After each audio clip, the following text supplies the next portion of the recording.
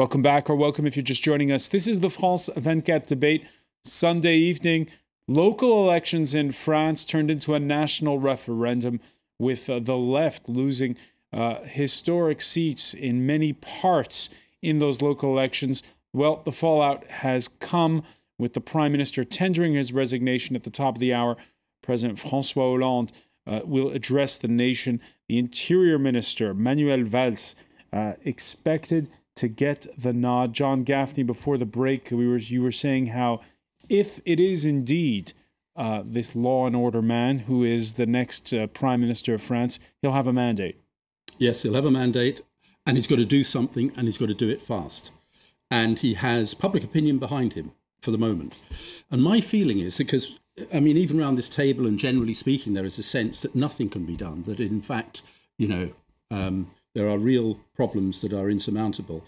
But politics is, you know, the art of the possible. And my sense is that Valls has to find some kind of working coalition with the left wing of the party in the National Assembly. He's got to do something about the people that voted Front National. He's got to do something about the poor areas around around Paris, for example, places where the police won't even go anymore. These places are absolutely dreadful. If there's anything a socialist government should be doing, it's addressing that problem. But he's got to he's got to find 50 billion euros at the same time. How do you do it? You go and you talk to Angela Merkel and you get some wiggle room in order to do two things: to right the economy and to address the problems that a socialist government should be addressing. All right. So there. He's telling the untold story of these elections, the 50 billions that the government wants to spend, not to spend, wants to save, and to cut in the budget of the French people, obviously. So it will be a huge, huge pill to swallow for the voters. Absolutely. So far, go ahead. Excuse me, I fail to understand why you are all saying that Valls is so popular. Because Because he is in opinion polls. No, I know the people from the center-right to the real right, and he's not popular at all, I can tell you. The man is all rhetoric and not delivery. That's it. He's not popular among the Tea Party persons. His political correctness is absolutely unbearable. No, you've got a point. He's not popular among the Tea Party It's not voters. all rhetoric and no delivery. They're all rhetoric. Well, that was my point. The trouble is that you're saying serious stuff has to be done, and I find that in France, no one dares do anything radical that would really help and change things because they're scared that they won't be re-elected, and re-election is what their bank balance. All right, Stephen Clark, I need your reaction to this. Lost under the din of January's media feeding frenzy over news that the helmeted Hollande was sneaking off on a scooter to visit actress Julie Gaillet was the message he wanted to deliver at that big press conference back in January. Am I a social democrat? Yes. He's saying he's a social democrat, which for a socialist is quite a big step. So you think he's pretending to be Tony Blair or something? Who knows? But what I'm saying, on a local level, for example. But he did make this statement. Look, I'm going to belt-tighten. He made this, this political leap of faith. Sure, but that's rhetoric. He doesn't. What does it mean? Well, it's more than rhetoric. He then announced 50 billion in cuts over 3 years. He announced a plan to lessen payroll taxes. Yes, but it's still keeping taxes fairly high. We all know that there's a flood of tax emigrants going all over the world. All these places are setting up tax exiles, and they're filling up with French people.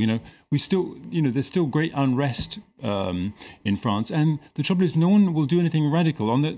It was local elections. Let's not forget on Sunday, and during the campaign, Paris had its worst pollution for I don't know how many years, and it's been coming all the time. It happens every summer, it happens every winter, every time the weather gets a bit overcast.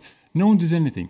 The night of the worst pollution, the Socialists held a huge election rally. Okay, did they talk about the environment? Yes, they talked about one thing, that was trying to blame someone else for ordering a few diesel buses. That's all they said about they were saying it wasn't us, it was someone else. Instead of having a crisis meeting about pollution, they were just saying, how are we going to get re-elected? That's John GAFFNEY, this message of reform that you would like to hear the Interior Minister make, perhaps, hasn't it already been made? Well, to a certain extent. I mean, you've got to recognise that there's something bizarre in François Hollande saying in January 2014 that he's a social democrat.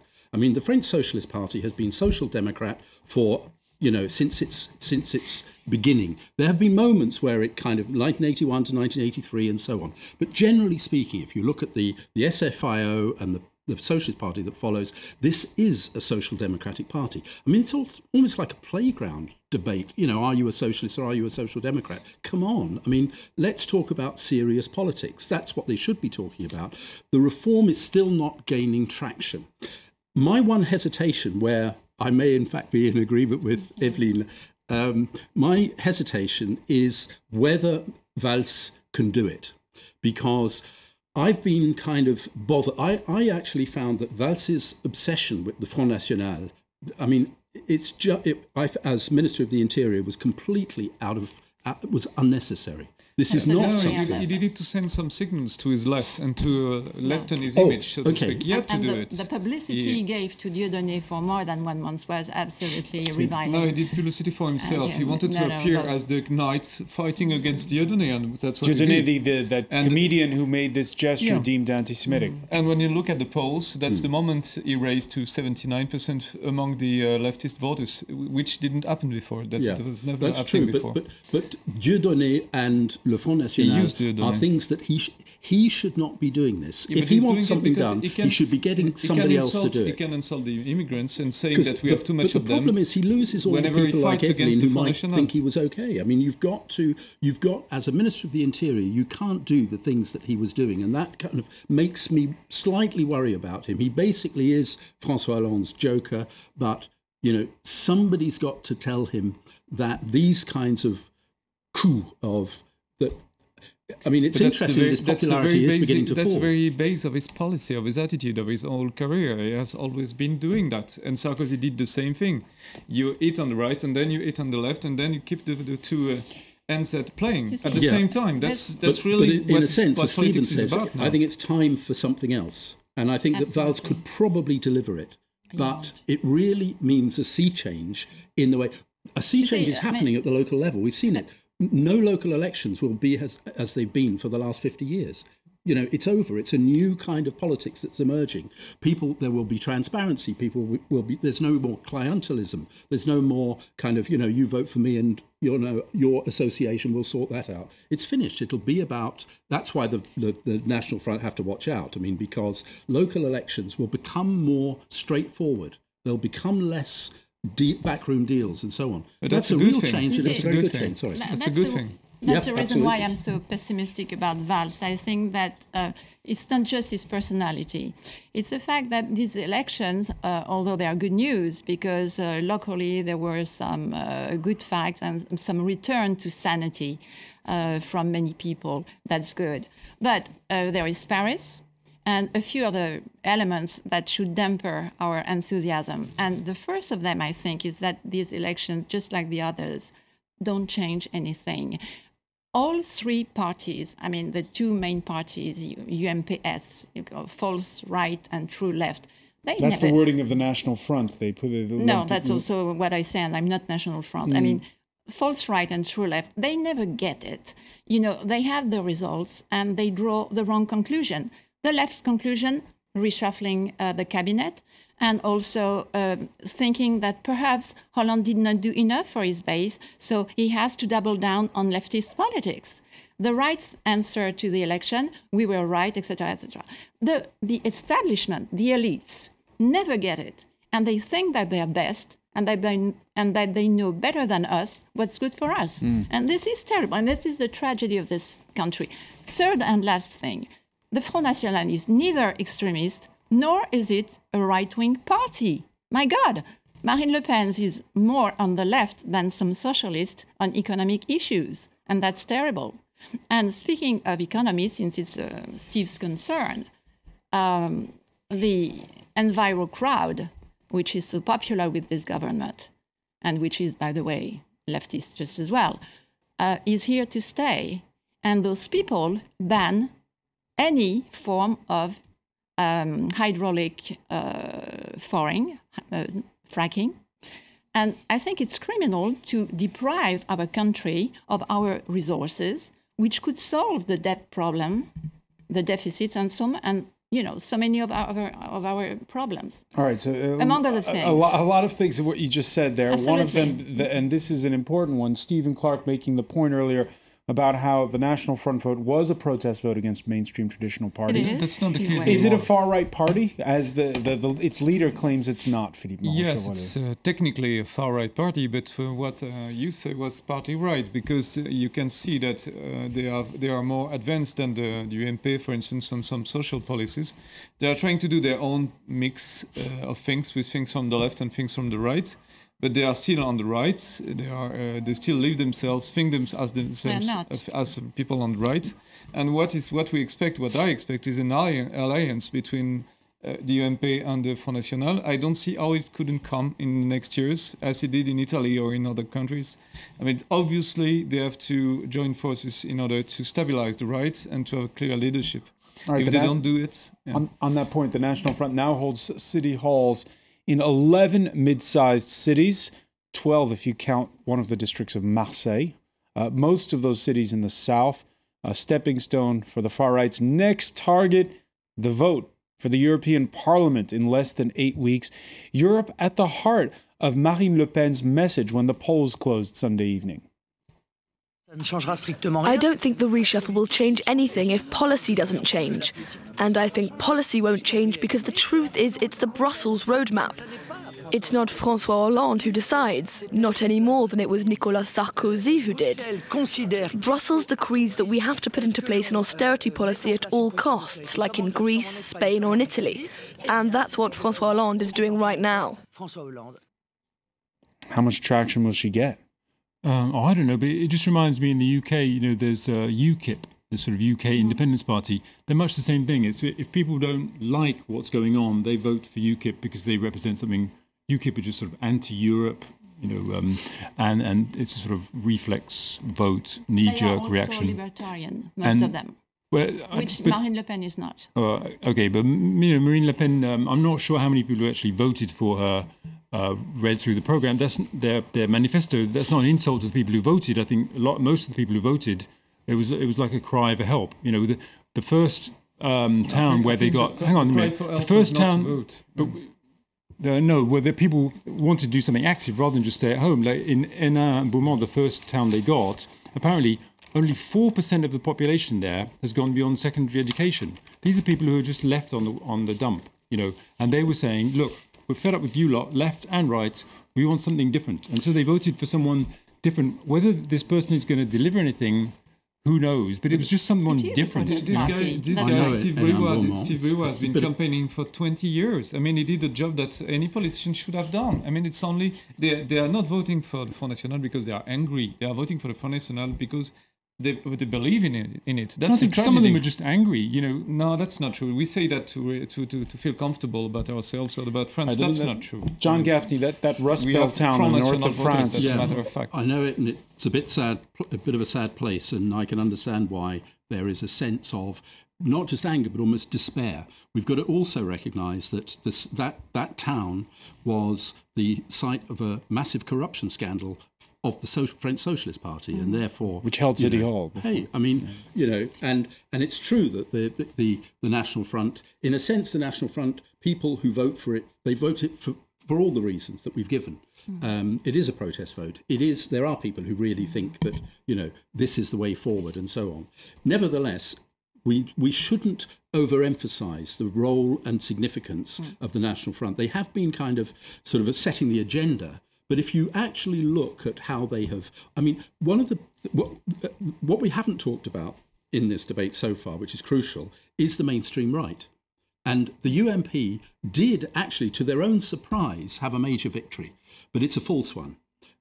But it is the opportunity for the mainstream right and the mainstream left to get to demonstrate, to move towards the kinds of thing that Stephen was saying, political virtue. This is the right. This but is you last heard chance you heard saloon. what Philippe was predicting, which is what's the lesson that the mainstream right will draw will be to make alliances with the National Front. No, I think that they actually resisted. Partly they resisted because the Socialist vote collapsed, and in fact you found that the UMP, the centre-right party, actually didn't suffer from the rise of the FN. Now, that is something you've got to kind of cope with. Now's their chance to cope with it. When I hear you saying that the National Front is only setting the agenda, I mean, setting the agenda is all about, it's all of our politics today. I mean, it's about setting the agenda. Yeah. Manuel Valls owns only 6% of the votes during the last primaries, the last socialist primaries, only 6%, and now he's our prime minister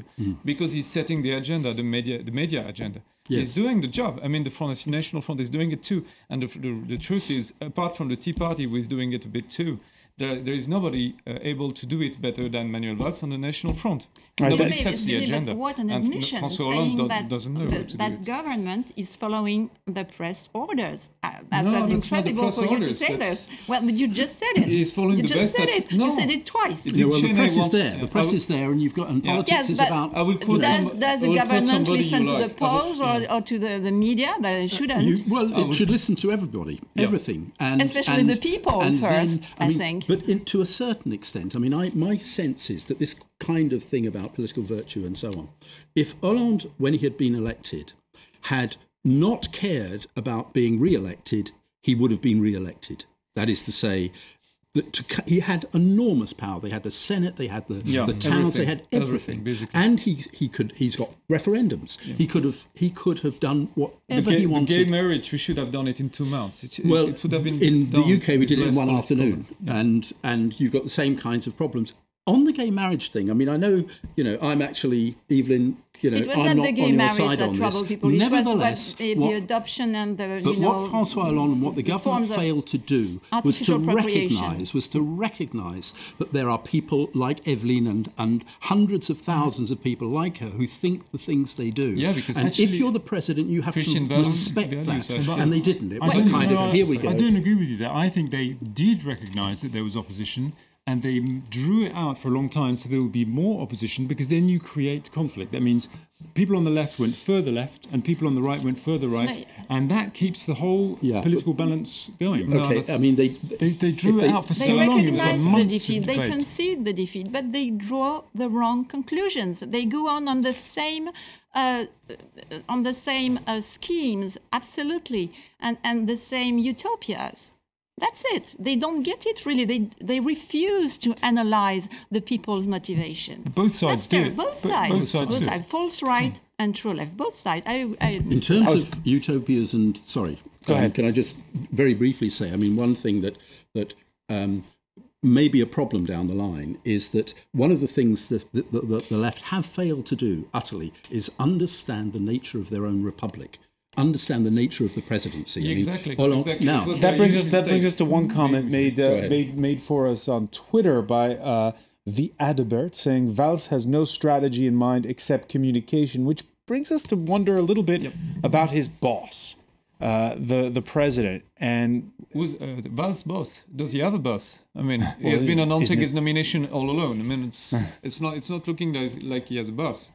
Hollande is only confirming. But it brings us back to the point we know. talked about in the introduction, which was here we are in this top-down constitution, where the president is the one who's supposed to he's supposed to be the communicator. And he is the weakest link and the worst communicator ever. So the best communicator would be Manuel Valls. So the strongest. We didn't hear much of Jean-Marc Ayrault as prime minister. He wasn't someone who grabbed headlines. Are we going to hear? He didn't like it. Is Valls going to grab headlines? Yeah, sure. He will set the agenda. That's the main asset that he brings to the presidency. Is setting the agenda. He knows how to do it, and that's what Dick Cheney, maybe one of your friends, used to say. Dick Cheney used to say, if you don't set the agenda, the media agenda, the medias will destroy your presidency. That's exactly what is happening. It has been happening for months now. Come on, the media has been in the tank for Hollande since he arrived. How can you say this? That's the only thing he has to do, Valls. He has to set the agenda and he has to preserve his popularity if he can. Stephen Clarke, in the years you've been in France, how much has politics changed now that we have here the 24-hour news channels and the like? It's in a way, it's made things more, what existed, more extreme, because French politics always, for a long time, has been like a sort of, as I said, like a sort of royal family. You've got the political elite on top telling the people, what they're going to do, and ignoring a lot of public opinion. And the politicians who, as I said, all went to the same school, they all know each other. It's almost as if they decide whether they're going to be left or right the day before they leave the political school, you know. And so they get a job in politics, which does bring huge financial rewards in France, even legally, right? And the worst thing they want is to lose their seat. So they never do anything completely radical. They just want to stay there. As you were saying, you know, Hollande could have done it. He had a huge amount of public support. He could have said, okay, I'm going to change everything. The left and the right, the unions and the bosses are going to sit down together. We're going to stop saying these rich people are evil. You know, the right's not going to say the unions are all corrupt. We're going to sit down together and we're going to do something like Germany has done. But that never happens in France. But what's happened now in France is that, unfortunately, the media, you know, people like us, we've turned all these politicians into celebrities. They're in all the celebrity magazines. You see them talking about, you know, whether there's, you know, Hollande saying, I'm a social democrat, suddenly it's a news event. You know, who cares? Instead of getting on with governing the country, they're in the news all the time, saying, you know... but what choice do they have? They have to raise millions in order to be elected, and they have to convince thousands of... It's not America. I mean, they have to convince millions of people to vote for them. Once they're elected, they can start... You don't convince 10 million people to vote for you if you don't communicate with them. I calculated, when I used to have a monthly little spot on France 24 News, and I calculated at one point that French politicians spend about 20% of their mandate campaigning for re-election, 20%. That's normal politics. I mean, it's not in the UK. How long does an election campaign last? About 3 weeks for the, you know. In the UK, it's just okay. Parliament's over. Well, let's have an election campaign. Oh dear, you would not like the United States. No, exactly. The French are going that way. The French are going towards the sort of media celebrity politician who just talks about themselves. No, you don't have to do it. Could I just make two very brief points? One is, I mean, and we can see from what's just been said that the nomination of Valls will change the nature of the Fifth Republic, where you've got a president who is less popular than his prime minister. That will have major symbolic change. The other thing, in terms of, you know, the question, well, you know, what are they supposed to do with the media and so on? The problem is with both the centre-right and with the Socialist Party and the UMP, that since about 2002, they have done neither of them have rethought policies about education, about the economy, even about the nature of the presidency. They have done nothing apart from fight each other, and the centre-right are going to spoil their victory if they're not careful by continuing to do the same thing, by fighting each other to get the candidacy for the presidency. None of them have any real think tanks like the Labour Party does. The Labour Party in the UK is actually trying to rethink what it's going to do. Terranova, which is absolutely you get into power and nobody knows what to do. La Fondation Jean Jaurès does some extreme left-wing think tanks. That's what we have in this country. Oh, thank you, because I love Terranova, and that's the first time somebody ever said that to us. I mean, obviously we have been criticized because we have been too much on the right. That's the first time somebody's telling me that Terranova is too much on the left. Thank you. Could you tell it to Fondation Jean Jaurès? Extreme left. That's what extreme it is. Left. That's all for the better. And that's where Hollande takes his order from, not from the media. All right, we'll see where Hollande takes his orders from at the top of the hour, because he's going to be making that statement after the resignation of Prime Minister. He will confirm the information of Jean-Marc Ayrault. And according to Philippe Moreau-Chevrolet here present, he will confirm the information given out, as you say, by the Interior Minister now, Manuel Valls. I want to thank you, Philippe Moreau-Chevrolet. I want to thank as well Evelyne JOSLAIN, Stephen Clark, and John Gaffney. Thank you for joining us here. Again, stay with us. We're going to be watching what the French president has to say at the top of the hour right here on France 24.